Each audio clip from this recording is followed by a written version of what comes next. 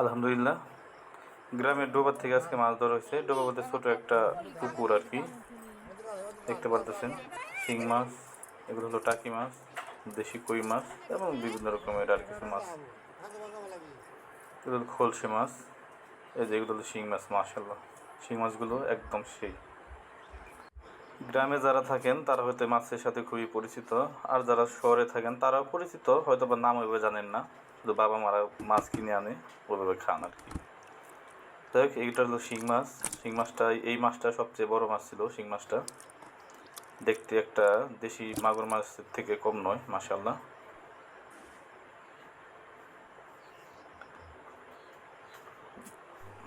এই মাছগুলোকে কাটার পর, যেহেতু ডোবাটা কয়েকজনের একটা অংশ থাকে, ওই আমাদের অংশে যা পড়ছে আর কি সেইগুলাই। বড় শিং মাছটা আমরা নিয়েছি, একেবারে পারফেক্টলি ধোয়ার পর দেখতে পারতেছেন।